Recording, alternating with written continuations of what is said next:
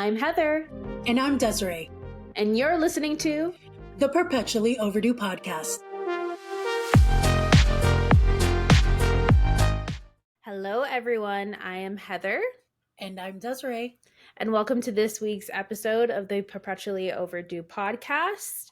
So this week we're talking about a very common phrase that I'm sure everyone on planet Earth has heard at this point, which is life imitates art. And Desiree, this was actually your idea to talk about this particular topic. What made this pop into your head?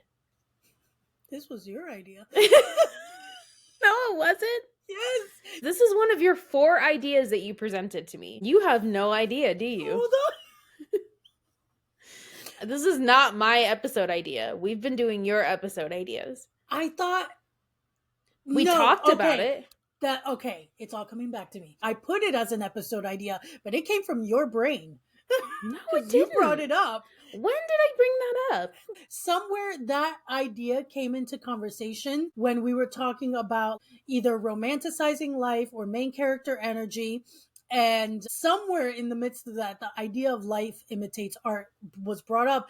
And you brought up the counter argument of, is it actually life imitating art? Or I remember that part, but this wasn't one of your 4 original ideas? No. Okay, well, fuck me sideways, I guess. I just didn't. It wasn't. It was just that you made a great point. I was like, we should make that an episode. Guys, I don't even know how smart I actually am sometimes. She is brilliant. She really is. So anyway, apparently I brought this topic up in conversation and don't remember, but I had a whole lot to say, as I usually do, about anything that we talk about, especially dealing with the arts. Desiree and I have a very long history with the arts and creativity, and we both consider ourselves to be artists in various forms. We're both writers, but we've also dabbled in other art forms throughout our entire life, including music, dance, acting, and visual art. So we have a great deal of experience on the topic, which is why we are excited to talk about it and why we feel passionate about it. Now, when I did research for this episode, as we usually do, because neither one of us wants to talk out of our ass, I found out that Oscar Wilde was the one who coined this phrase. I had no idea. Yeah. He did in a 1889 essay. What's crazy though, and this happens quite a bit, and I'm like, who's the one that started doing this? Where quotes are misquoted, they somehow morph into, it's almost like the game of telephone, where they morph into something completely different than how they originated, or they get shortened. One quote that I can think as an example of this is the whole blood is thicker than water quote. Yeah. That's not the complete quote. Ah. Yeah. It's the blood of the covenant is thicker than the water of the womb. What? Yes. Which completely changes the entire meaning of that phrase, right? It makes it way more nuanced than just blood is thicker than water. Okay, so, family should trump everyone. Right, but it flips it on its head because water of the womb is family. Blood of the covenant, obviously, as ex-Christians, we understand that whole thing. But if you think about it, we make covenants with people throughout our whole lives. Yeah. And we even choose people to be a part of our chosen family. Those relationships trump some of the relationships we have by blood. So it's very interesting to me how quotes can sort of morph and change over time. But this now my brain's kind of like, woo! Right. And it just goes to show that we shouldn't just take everything at face value and that we should always do our research, especially if it's a common phrase that we ourselves use in various contexts. We should make sure that we're using it correctly. But the entire quote from Oscar Wilde is life imitates art far more than art imitates life. Oh. So it actually shows that there's both happening, where life is imitating art, art is imitating life. Which we agree is a thing. And we definitely had our opinions when we first discussed this topic about where the balance is with that and what tends to happen more often. But before we get into that, what is also interesting is that, again, in doing my research, come to find out that way before Oscar Wilde, Plato and Aristotle have talked about this subject. There's something called mimesis, and I hope that I'm pronouncing that correctly, but it's the Greek word for imitation. Ooh, okay. Plato specifically stated that art is mimetic of nature, which is kind of a little contradictory to what Oscar Wilde said, because he says life imitates art more than art imitates life. But Plato says that art imitates or mimics life. And Aristotle agreed with him. In fact, there's a quote from Aristotle, and it basically talks about how an artist, by skillfully selecting and presenting his material, may purposely seek to imitate the action of life.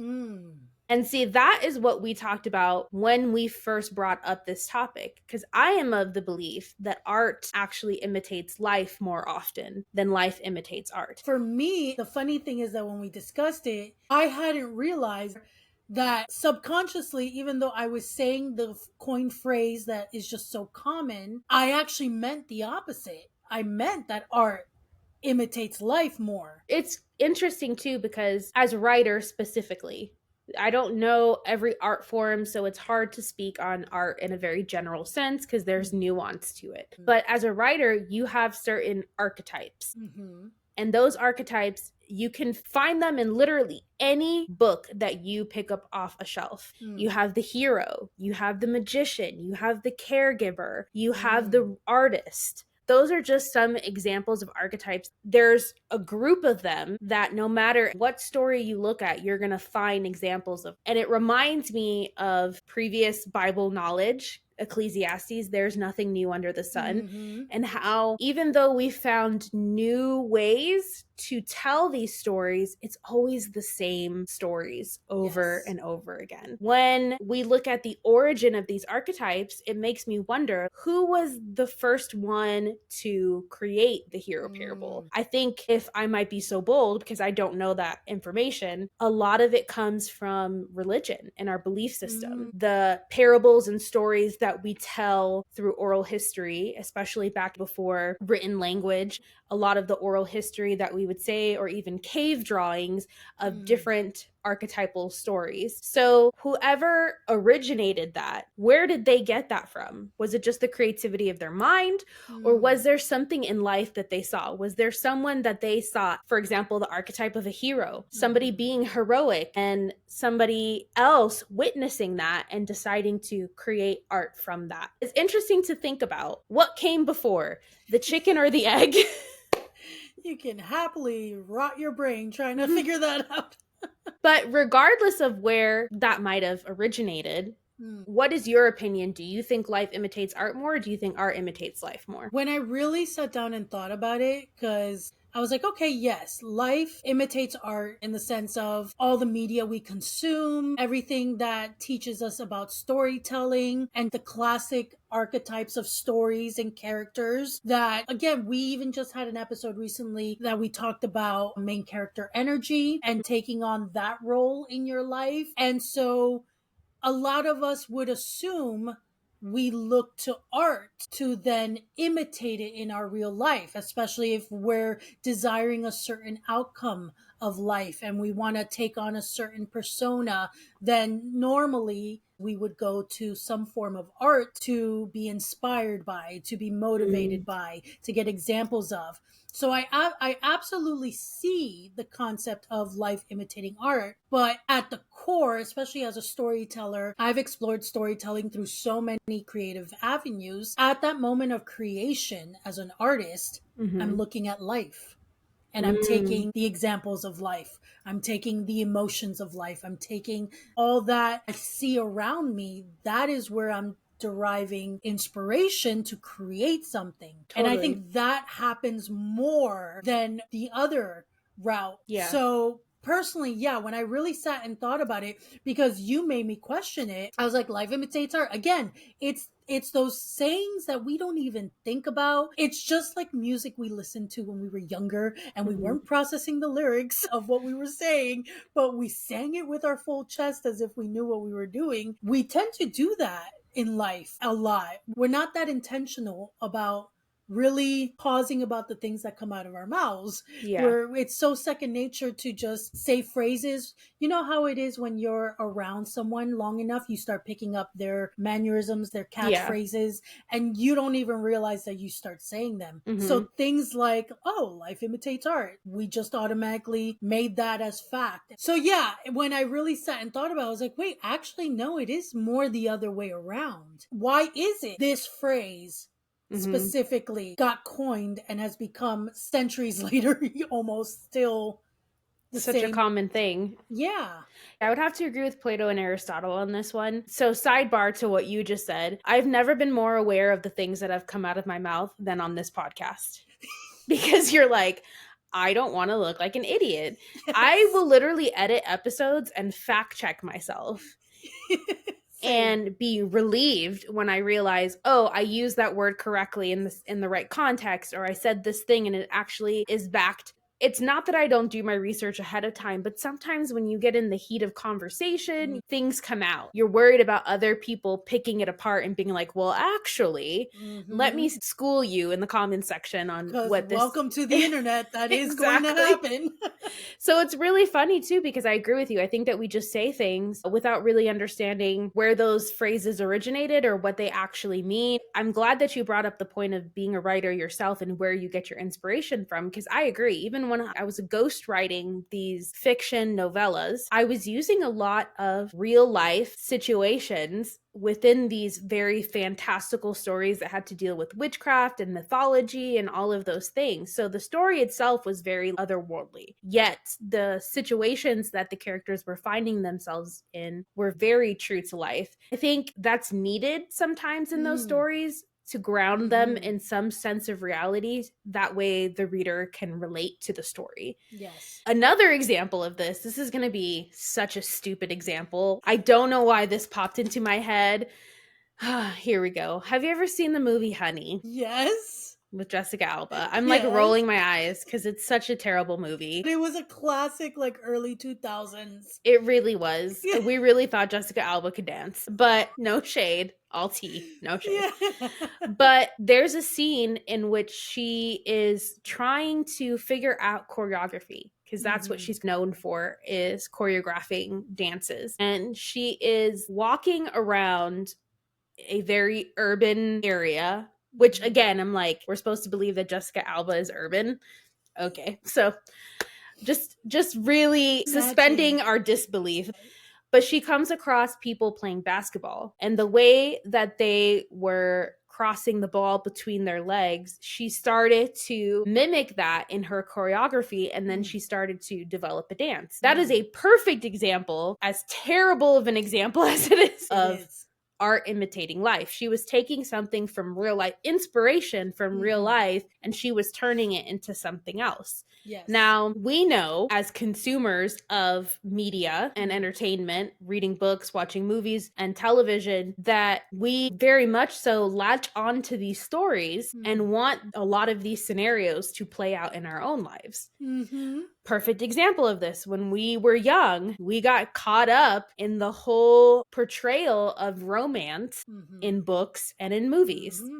And we had a very specific picture of what that was supposed to look like based off of that. And then we had a deep, deep reality check when we actually were out there dating and realizing people don't function the way that they do in movies or in books. Nope. It is very different. Very. We've even talked about this whole idea of dark romance. So you as a romance reader have read many dark romance books. I have read a few. I've also seen people react to dark romance on social media. Yeah. The thing that gets me is the videos in which people are paralleling a guy in fiction saying something versus how you would respond to it if a guy in real life said it. Yes. And how in the book, as you're reading it, you're like, ooh, this is hot. And then in real life, you're like, try that again. I'm gonna punch you in the fucking face. Exactly.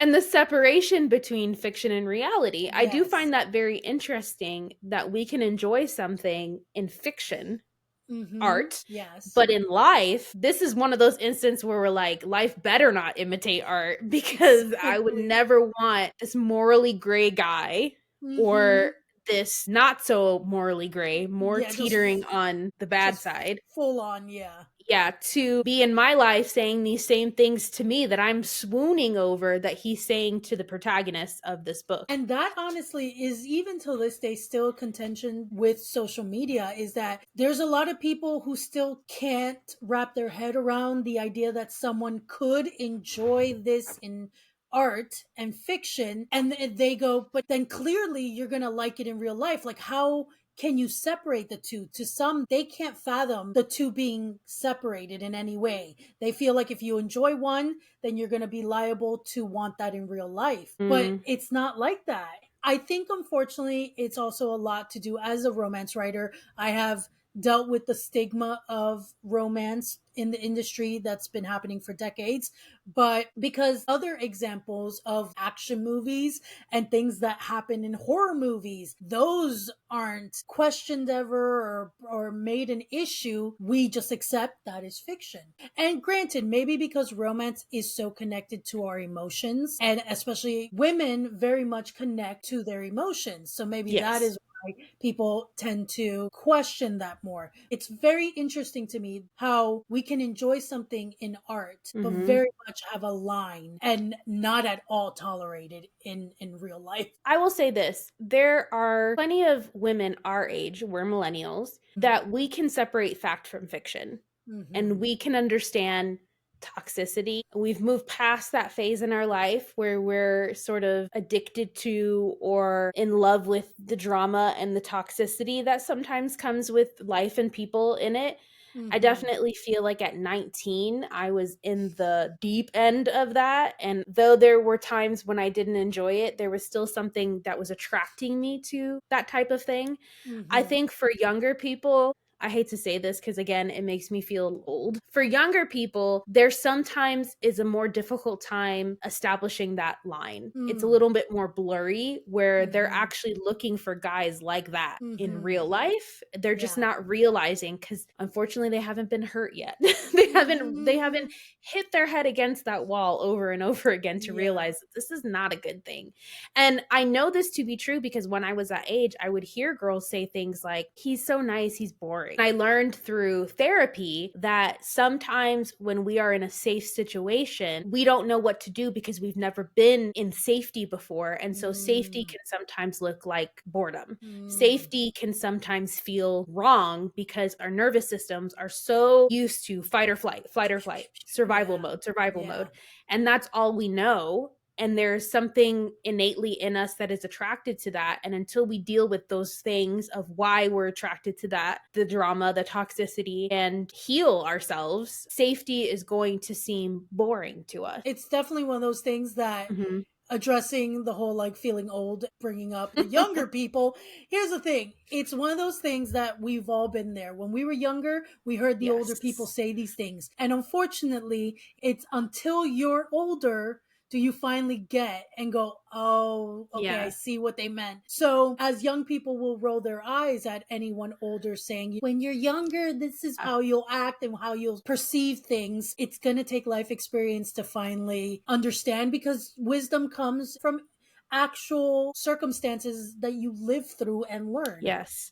And that's the thing too. It's not so much about age. It's more about experience. So these statements, they're not blanket statements. We're not saying every young person experiences this. When we were young, we experienced it. So we're speaking from our own experiences and things that we heard from people our own age versus how we view the world now and how we view people. A good example of this is my own marriage. I am married to a very nice and nerdy man. And it's not that my taste in men changed. It's just that the things that I liked, I just removed the toxic aspect of it and removed the drama. And I find a thrill in the safety and security of it, because I got to a point in my life finally where I was like, I am ready to get off this roller coaster. I am done with this shit and I am done with shitty men. But I had to look inward and figure out what it was about me that was attracted to these type of men, and what was it about me that was attracting this type of man.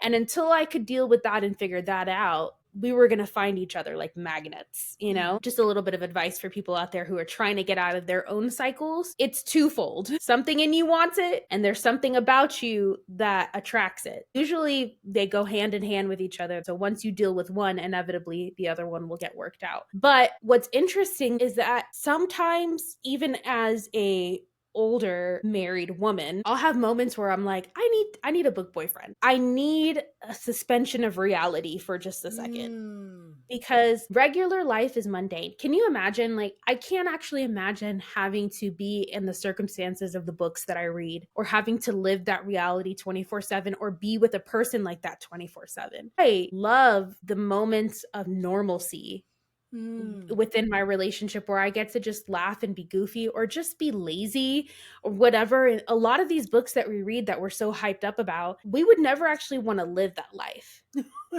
Most of these characters are like fighting for their lives, or something insane is going on. And the reason we're attracted to that is because our real life isn't like that.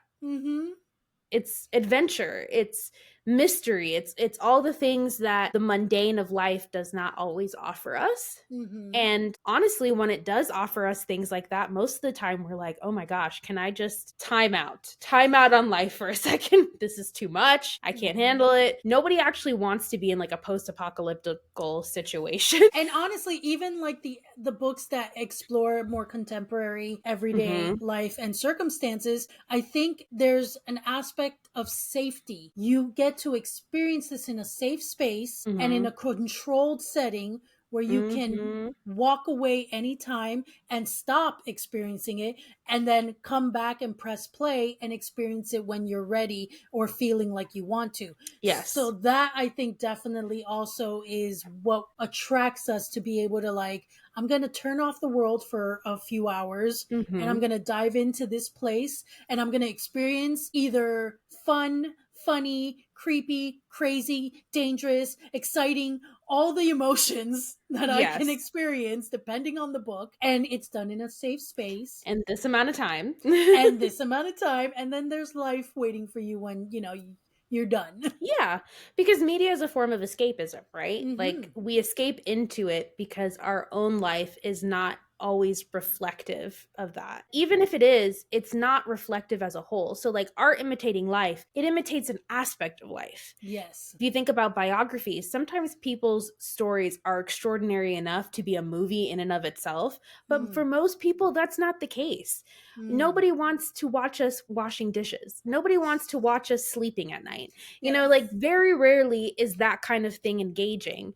But if you go on a trip to Scotland and you are visiting castles, because this has happened to people, you happen to meet somebody there and you fall in love and you have this whirlwind romance and you write a book about it. Like, that's very interesting, but you're taking all of the best parts of it, the most exciting parts of it, and you're condensing it down into this 400, 500 page book for people to consume. Just like social media, they're not seeing the mundane. They're not seeing the very tedious things that everybody has to deal with on a day-to-day basis. And those are the things that we don't really want to engage in when we're trying to escape into media. We want to engage in the adventure. We want to engage in the exciting parts of life. If you think about it, when we read a book, when we watch a movie, when we play a video game, we don't see them take bathroom breaks. We don't see them eat. We don't see them take care of human needs. Why? Because those are the boring bits that aren't going to propel the story forward. And as writers, a little secret in the industry is you're usually encouraged to always end the chapter with something that's going to make the reader go, oh, I need to know more. And so they'll keep reading to the next chapter. So the concept of art is to keep people engaged, to keep people curious and wanting more. So we are not going to include the realistic in-betweens of life. Because if we did, then the book would not take 6+ hours to read. You'd be reading that one book for a very long time if they would include all the mundane in-betweens. And you'd probably give up fun reading it. I do agree with that. You do need to have things that propel the story along in any context. And art needs to be engaging, especially because there's an oversaturation of art out there. Yes. What is it about your art that is going to capture somebody's attention and is going to hold their attention? And they're going to want to know more and see more about whatever art form it is that you're doing, whether it's your stories, whether it's your paintings, your photography, whatever the situation may be. There has to be something that's engaging or exciting, capturing about it. And usually those bits of life that we categorize as being mundane, that's not it. After realizing where the quote originated or who coined the quote, even though it was spoken about before Oscar Wilde, I started to think, what was it about him or his point in history that made him make this really definitive statement? I think this is the way that it is, which is life imitates art more than art imitates life. I thought about that, and I thought about the fact that in 1889, life was very different. Yes. We didn't have all of this media that we have now. So the amount of art that people consumed back then was perhaps a little bit more curated than what we experience right now, and limited, to Very wherever your region is, wherever social status was. Exactly. Because if you think about it, maybe you go to your local museum or to your local bookshop that has only a select amount of books for you to read. There's no TV. There's no movie theaters at this time. Possibly there's no radio happening at this time. So there's many avenues of artistic expression that didn't exist at that time. It was probably more like live plays, which again, very dependent on what your socioeconomic status is, whether or not you actually went and saw plays. Also, their literacy. Maybe there's a ton of people who don't read, so they're not able to engage in stories. Most women were not encouraged to be educated still at that time. So there's a lot of limitations that we don't experience now. When I was thinking about that, I'm like, perhaps that is what colored his opinion about what imitates what. But now that's very different. We have so many avenues. I mean, we have a little computer in our hands that has access to not just visual media, but books. We can read books on our phones. We don't have to have physical books anymore. We can watch videos on our phone. We can listen to music on our phone. We don't have to go out and buy a ticket to a symphony. We can look up art, any art on our phone. We don't have to travel to a museum to do it.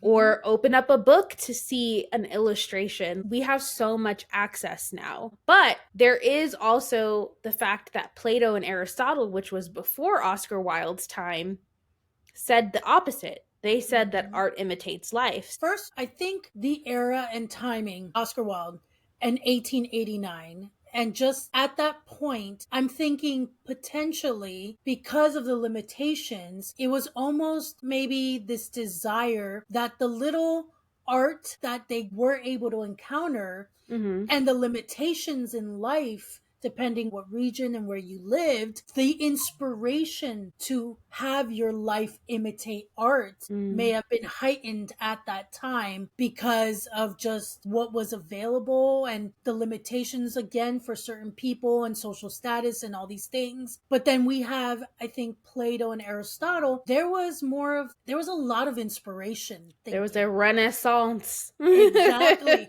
So at that point, art was like, they were more saturated. Everyone could access art in some form. I'm thinking that potentially because of what was happening socially, artistically in that time is maybe what caused the shift in phrase. You know what's interesting too is we have a lot of art that feels almost prophetic or predictive. And it's not, if I may venture to say. I know that that's going to be super controversial because a lot of people are going to reference like at least 10 Simpson episodes to be like, actually, somehow the creators of The Simpsons knew about this 10 years ago, and now we're here actually living it. I think we're really good at recognizing patterns in life and trends. And I heard that a lot of authors who've written books way back in the day predicting technology that we currently have, or predicting events, cycles of things that have happened. They're very good students of the people who are on the cusp of technology. I've heard about science fiction authors going to people in the science field, in the technology field, and asking them about things that the public may not know about, but that they're working on behind the scenes. And if there could be a time that they see that is feasible where something technologically could exist. So they're not just going into it blindly making shit up. Sometimes they really do a ton of research and they speak to experts in those fields to get insight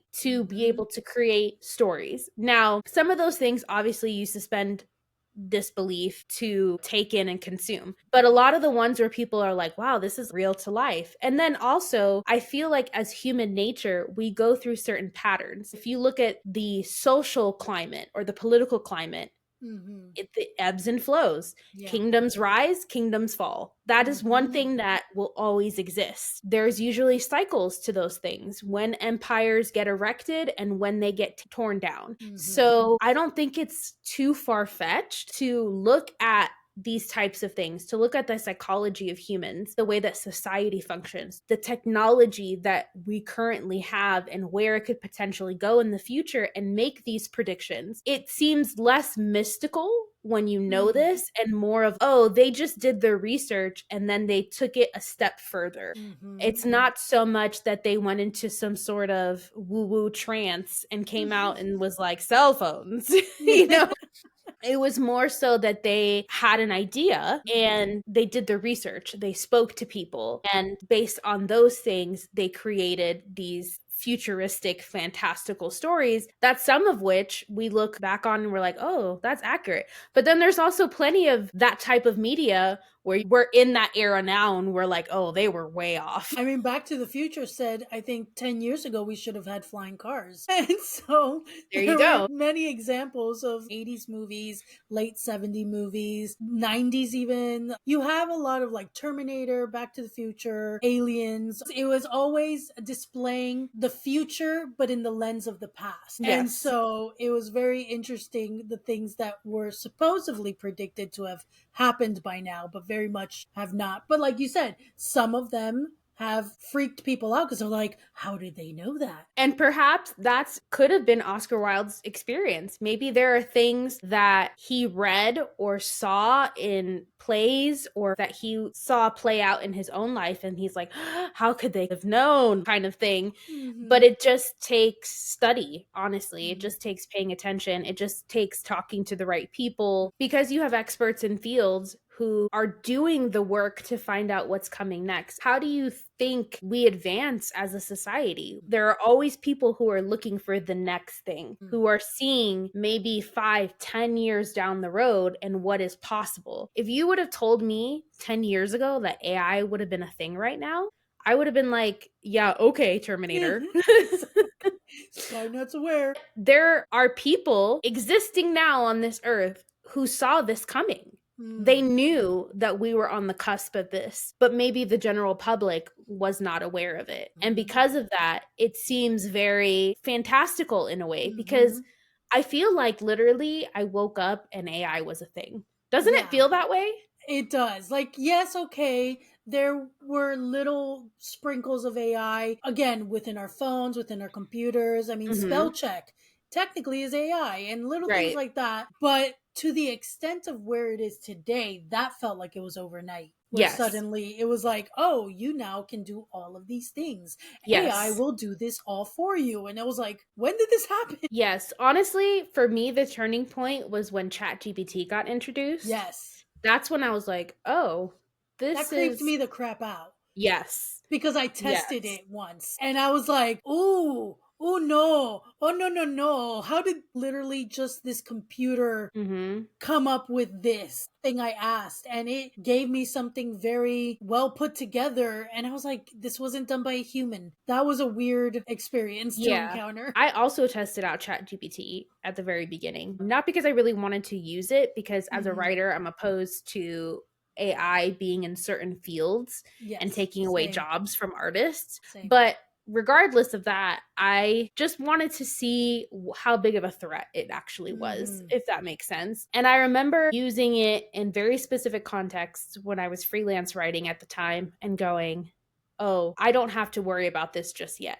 Because even though they gave me information I was looking for, in terms of actually writing something that's engaging, there was a lot of repetition. It just was very basic and very elementary at that time. Now, granted, where it is now versus where it was when I first tested it, I'm sure is light years away. I'm sure now if I went in and I did that exact same prompt or I asked that exact same question, I would get a very different response. But at that time, I was like, okay, I can still take this information and I would probably rework it. I wouldn't copy paste this information because I don't think it's actually good enough as is.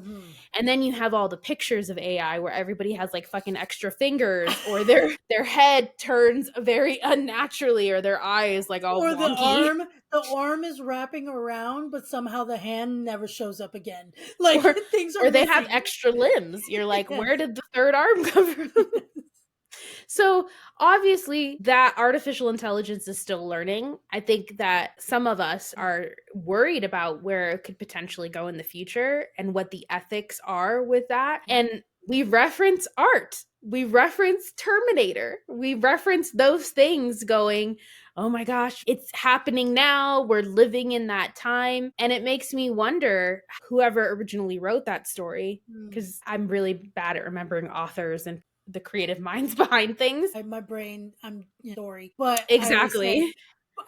I want to say Steven Spielberg, but I'm probably so wrong. So yeah, I guess the person who originated the story could be different from the person who did the script, could be different from the person who directed it. So whatever. But the point is that whoever thought about that, I wonder what their process was, because we've had computers for a long time. So they think about what are the computers of the future going to look like and what are the capabilities going to look like. And if they talk to people in technology to be like, hey, what are the things that we're on the cusp of, or where do you see us in 10, 20 years? And then based on those answers, wrote this story that feels like it was very prophetic, very predictive of the future. And now we're actually in that scenario, people who consumed that technology in the 80s and early 90s, and now we're going, Skynet. Because I mean, if you really think about it, I mean, let's break this down.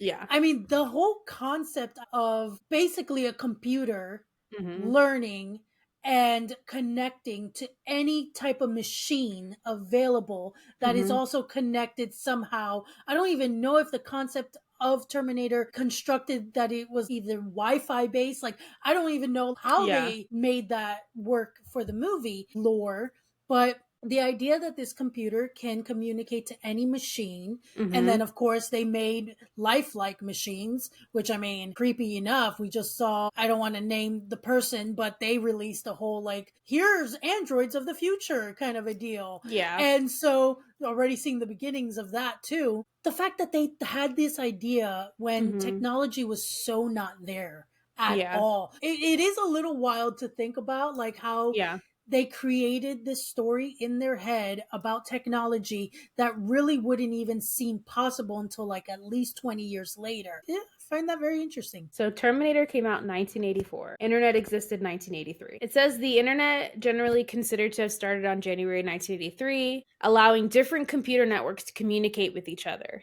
making the birth of the internet as we know it today. However, the development of the technology leading up to this point began much earlier in the 1960s. So again, these are things that behind the scenes we don't know about. It may have existed, I think, for companies, but I don't think it was for public consumption. Necessarily to the general public. But that's what I'm saying. A lot of this information the general public isn't privy to, but there are people that they're connected and they know. I mean, think about a lot of authors, especially authors that create books that just blow up and go viral. They're connected. They do their research. They're rubbing elbows in different communities of people.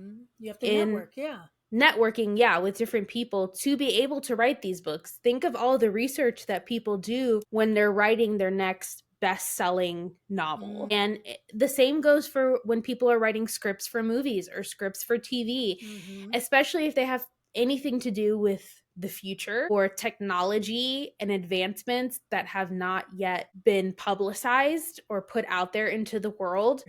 So there's always somebody who has their finger on the pulse of what is going on or what potentially is being worked towards. Because if you think about it, to build something as intricate and as advanced as the internet, to start from ground level, you have to have certain technological advances to be able to build up to that. It's not something that happens overnight. Whatever was worked on in the 1960s, potentially those people that were working on the technology may not have had any idea of what they were working towards, or they may have had an idea of what the potential of what they were currently working on could mean for the future. I'm not surprised that the general public doesn't know this, because you'd have to be knowledgeable of these things. I don't personally read tech journals or go to tech conferences or anything like that. My husband's in the tech field, and sometimes he'll tell me about technology that's being worked on or introduced before it becomes a popular thing amongst the public. So it's very possible that these things can seem very predictive, but aren't necessarily that. They are just on the cusp of what is happening in that field, and they just happen to have access to people who know what's going on. Which at the end of the day still is art imitating life. But at the end of the day, I think it's both. Yes. I probably lean more towards the side of art imitating life rather than life imitating art, but I think both happens. I agree. I definitely believe that a lot of it, like I was saying with Oscar Wilde and Plato and Aristotle, I think a lot depends on each individual person's circumstances, where they are in life, what they're encountering on a day-to-day basis. And so, as with anything, the ebbs and flow of life, there are times where life imitates art, and then art imitates life. I agree. Definitely, I think I've all experienced a bit of both throughout our lifetimes. And at the end of the day, culturally, what's going on has a huge influence over what we experience in the day-to-day. There are parts of the world, even currently, that don't have as much access to art as we do here in the United States. I remember going on a trip to the Dominican Republic. My mother and I stayed at a resort, and it was all inclusive, so we didn't have to leave. They put on these nightly shows, and they were doing Michael Jackson songs from like the 80s. Because we are such a cultural center in the United States, because our entertainment is so widespread and so widely consumed by other parts of the world, depending on where you live, you might not have access to it on a current basis the way that we do, where it's like as soon as it comes out, we're at the theater. As soon as it comes out, we're buying the album. And going to other parts of the world makes me realize, okay, they're experiencing things maybe a little bit behind us. And social media plays such a huge role. I think now that probably in current times, but especially I would say possibly during the pandemic, I think life was very much imitating art at that time, because a lot of people's lives stood still. And so it was very much looking onto art and fantasizing and hoping and reaching. And let's think about the birth of TikTok, because in the beginning it was all about the dancing, and suddenly everyone and their mother was learning these dances, doing them on their date. I know, it drove me crazy. Doing it like, this is not dancing, but okay. They were imitating everything that they were consuming, because content creators create art even through their real life, and I'm doing quotation marks, because at the end of the day, you don't really see someone's true life and nature happening from a screen. It's curated. And so we are seeing that, and they're creating a form of art, and we're consuming it. And at the very beginning of TikTok, it was very much about life imitating art. Everyone just wanted to live and be this TikTok persona all day, every day, especially the younger people. Oh, the younger people. I know. I knew. The minute I said, I was like, I probably need to throw a disclaimer because I triggered somebody. No, it's true. I think that that's how trends come about, right? Absolutely. Somebody starts it, and their construction of it may have been Art Imitating Life, their own creativity, wherever they got their inspiration from. Then other people see it, they latch onto it, and then it just becomes this huge imitation of their art being acted out in other people's lives. It's almost like a circular pattern or cycle when it comes to the creation of art and where the inspiration comes from and whether life takes inspiration from art or vice versa. And mind you, that trip that I did to the Dominican Republic was before TikTok, before Instagram, I think even before Facebook. It could have possibly been around the time of MySpace. So we did not have a lens for that kind of exposure to many different art forms with social media. Again, limitations, right? So within the limitations of what we had at the time, because now countries that may not have had as much access to what is current now do because of social media. But back when I went to the Dominican Republic, social media wasn't really a thing at that time. So what was trendy here in the United States may not necessarily have translated over just yet. But now I would say probably through social media that has changed. Yes. Just a disclaimer, because I don't want anybody from the Dominican Republic to come for me and be like, actually, I'm saying this was way back in the day. I might have been just entering high school at that point. So yeah, middle school for me was very much MySpace days. High school is when Facebook got introduced. And there was still a really long time before we saw anything pop off with Facebook. Because most of the time it's like, hey, look at this salad that I ate. And I made a whole album of 20 pictures. From hardly various angles, just like a slight shift. Yeah, and we weren't even creative with the album titles. It was just like the date of whenever those pictures took place. That's it. No title, no nothing. Nope. Just look at 20 pictures of my salad, or look at me and my friends in my room taking selfies, the same selfie over and over again with slightly different angles or maybe different expressions. 35 and we pictures of those. Girl, and we had no idea that nobody wanted to see all of that. We really... There was no such thing as curation at that time. No, we were just so excited by this whole concept that, oh my God, we can put something on this thing called the internet and anyone can see it. It was just fascinating for us, and suddenly we wanted everyone to see everything. It's so true. Getting back to the topic, regardless of how the cycle goes, I am super grateful that we can find such inspiration in life and such inspiration in nature, because I feel like that's what Plato and Aristotle were talking about more than anything. And I see a lot of that in the art of their time. It's so much towards nature, not just nature as in the outdoors, but even human nature, the body, the mind, and also the world around us. And that we can take so much inspiration from that and vice versa. I definitely have read stories that have really inspired me to write my own story because of how impactful it was, because of how good the writing was, where obviously I don't want it to be an imitation of that, but I want my caliber of writing to be on that level. So I do think that wherever the inspiration comes, I'm just glad that we have art. I'm glad that we have expression. I'm glad the world around us is so inspiring. Yes, because it is very much a need in human nature, though for many years in the past, especially, art has been that one thing that people and organizations have wanted to push aside as unnecessary in one's education and one's upbringing, when it's the very opposite. It's such a huge part of who we are. Even those who don't believe they're creative, everyone has the potential to find creativity in some form. There are so many ways that you can find to be creative, and it does something for our mental health. It does something to our souls. It is very much something that from the beginning of time it has been expressed, because it is very much a part of human nature. And so I'm very grateful that we do live in an age where it is welcomed for the most part, and that it's available and encouraged. At least as of right now, it's not illegal. As of right now, I said.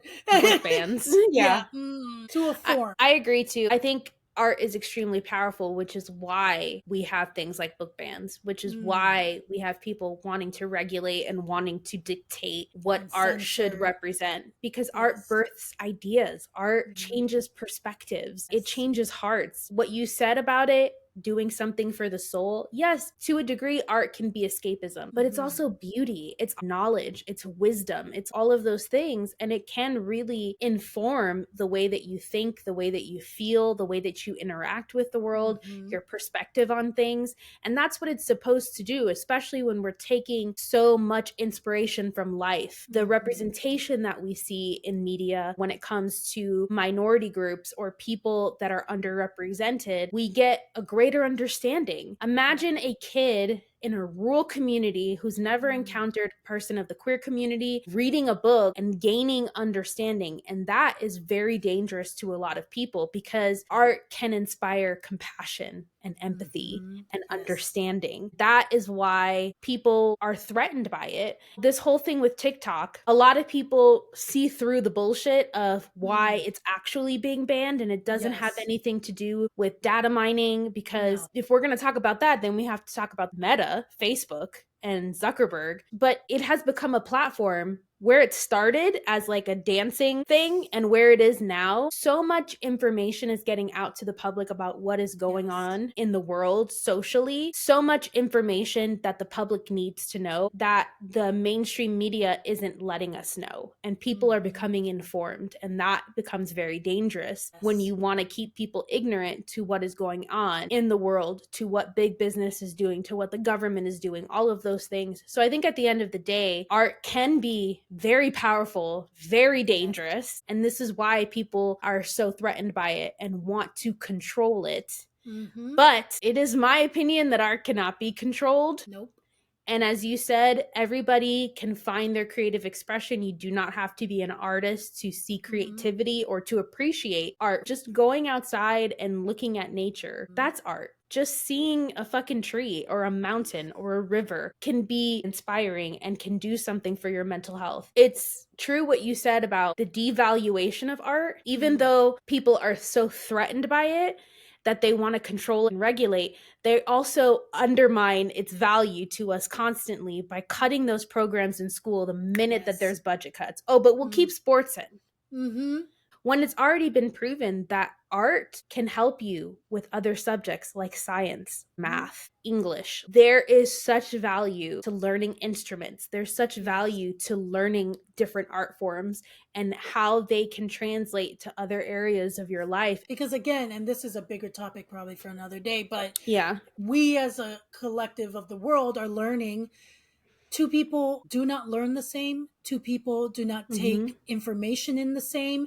People who are neurodivergent are so vast in how they individually learn, understand. Schools are very much one road for a very small collective of people, forcing everyone to learn the same way and test the same way. So the fact that it is being proven that these other programs that are creative aid so many of our young people to do better in other courses and subjects is because not everyone has the same learning styles. We need to take into account the fact that every person's brain operates differently depending different circumstances. Oh, yeah. Other countries are a little bit more advanced in how they teach and cater to the fact that not everybody learns the same. Hearing about other countries learning about how to spot propaganda and fake news, and yet here we are in the United States so steeped in it and having to argue with our relatives, with our neighbors about what is factual and what is fake, while these young kids ages 10 and up are learning how to decipher that for themselves. They're learning the critical thinking skills that we've lacked in our own education system. And I agree with you, because I had that struggle in school. I'm not a good tester. There are certain subjects that I did really well. And there was one subject in particular, math, where I was just awful. And I remember taking an online course for college math and thinking, well, I've been here before and I didn't do well. I failed it the first time. And then much later down the road in my college career, I took it again, but I took it in a different context. I passed that class with an A. How did this happen? Not only because I am way out of practice. When I took my college entrance exam, it was right after high school. Everything should have been fresh and percolating up there. But here I am all of these years later without any sort of refresher at all. And it was the way that it was done. It was the context in which I learned and the fact that it worked for me. I did not fit in this bubble of this is how you have to learn. I am very much hands-on type of person too. I need to do something sometimes. Like, you can explain it to me and I'll look at you like when my husband first tried to explain to me the way that Magic the Gathering works, I was like, you're throwing way too much information at me. Can we just play the game? And as we go along, I can learn the mechanics of it. And it just took me playing it a couple of times. And then I was like, great, I have it. But when he was throwing all the information at me, none of this is sticking because I'm feeling overwhelmed. I'm not an auditory learner at all. I very much visual and hands-on. It has to be a combination of both, or else I can't retain. My anxiety made me a bad tester because, oh my God, the anxiety I would go through just to sit down and start. Did I color in this bubble incorrectly? And really panicking about that over finishing the freaking test. Dang, you had it bad. See, I had testing anxiety as well, but it was more of I would sit down and look at the paper and all the information would just escape my brain. And I'd be like, did I learn any of this? This was not how the homework went. You know, did you ever have that experience where you did homework and then you went to take the test and you're like, why is this different? Yes. My anxiety told me I couldn't trust that I knew the information, that I didn't have it. Another topic for another day. We can go on about that. Yes. We want to engage the audience in this conversation about life imitating art, art imitating life. What are your thoughts on this? Do you think life imitates art or art imitates life? Or do you think it's a little bit of both? What has been your personal experience with that? If you have any personal stories, let us know. We would love to hear them. We want to engage with you on our platforms, particularly YouTube and Instagram. But Desiree is about to do her spiel and tell you everything to do and where to find us and all of that. So friends, all of our social medias are linked everywhere. So you can find us on Instagram, on Threads, on YouTube, on TikTok.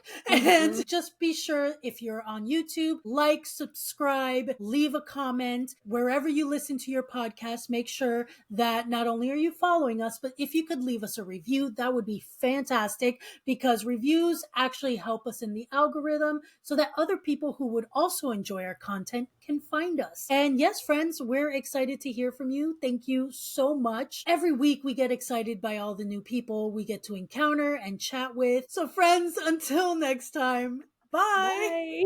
Bye.